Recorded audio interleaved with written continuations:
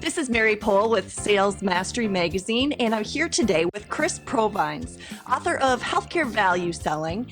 And Chris is here to talk with us today about how professional buyers think. Welcome, Chris. Thank you, Mary. It's good to talk to you again. Likewise. Well, I know from our previous work together that you have a long history in working with procurement leaders and were one yourself. So you understand definitely how procurement thinks. But this type of savvy buying is spreading across industries and well outside of procurement. Is that fair?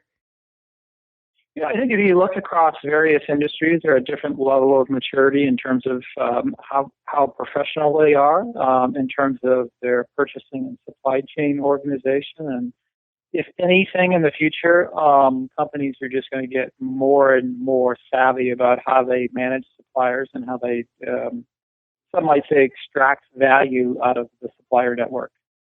What I find surprising, and I would think some of the sales reps that listen to us would, is just as they are getting training on good selling tactics that are effective, their prospects and customers are now getting training on appropriate buyer tactics, even turning it into a professional discipline. And I'm curious, since you are so intimate with the buyer side of how to be savvy in the buying selling game, can you share with us what are some of the top used buyers tactics that sales reps should really prepare for?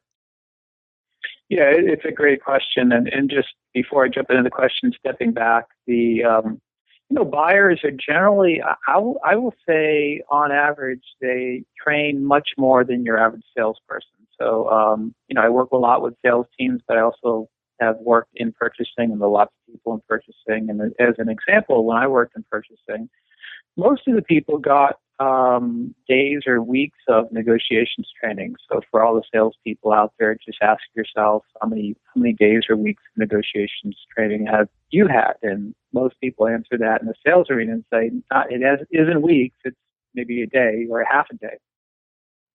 So with that, most buyers are trained in lots of different tactics. There's sourcing tactics. They're trained in various negotiation tactics. But it's interesting, Mary, I got to present to a group of about 120 or so purchasing mid-level and executive folks at a purchasing conference last year.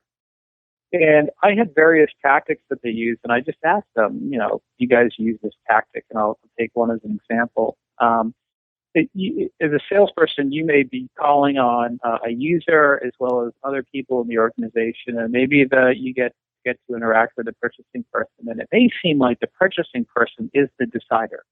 So they are the one who are going to make the decision. And oftentimes that's a bluff. So when I got to present at this purchasing conference, there were about 120 purchasing folks, and I asked them, how many times do you guys act like you're the decider in the buying decision when you really aren't? Someone else is making the decision. And almost every hand raised in the audience. And then I went up to one of them and I said, why do you do that? You're not the decider, but you pretend like you are. And it was a real simple answer, because it works. And so acting like a decider when they're not is one simple tactic. Another tactic that a lot of people, salespeople encounter, is the delay tactic. So the buyer will intentionally slow down the buying process, and they know that what's probably going through the salesperson's mind is a bunch of doubt and fear that you might lose the deal. And the buyer's hope in that case is that you're going to sweeten the deal and lower your price to try to close it. So the delay tactic is a famous tactic that buyers love to use.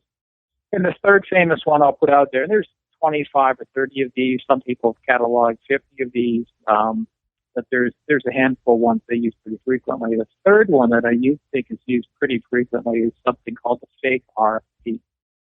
And this is when the buyer has an incumbent supplier. They simply want the incumbent to lower their price. And they'll issue an RFP, and they have really no intention of switching suppliers. They only do this just as a charade. What happens a lot, and again at the same purchasing conference, I asked the buyers, how many of you issue an RFP when you have absolutely zero intention of switching your incumbent supplier? And just about everyone raised their hand. And I asked, again, someone in the audience, why do you do this? Isn't this dishonest? I said, no, it's not dishonest. I'm A, testing the market, and B, you never know what might come out of it. but they really have no intention of switching. So fake RFP is the third key tactic they use. Now, with the acting like they're the decision maker, delay tactic, and fake RFP, I would infer that what they're after is the best price they can possibly get. Is that the end game of those tactics? Yeah, usually they're trying to manipulate the supplier in some way to extract more value out of you. Often it's they basically want to get a lower price, or they want you to throw more extras into the offering. It's really to get more value out of you as a supplier. I'm sure you'll agree, selling value is a top skill for success today. You can take a deep dive into the best advice our experts have contributed in the Selling Value issue of Sales Mastery magazine. You can download it from the iTunes Newsstand or from the Google Play Store, and you can get the checklist to get better at selling value right now. Thanks for listening.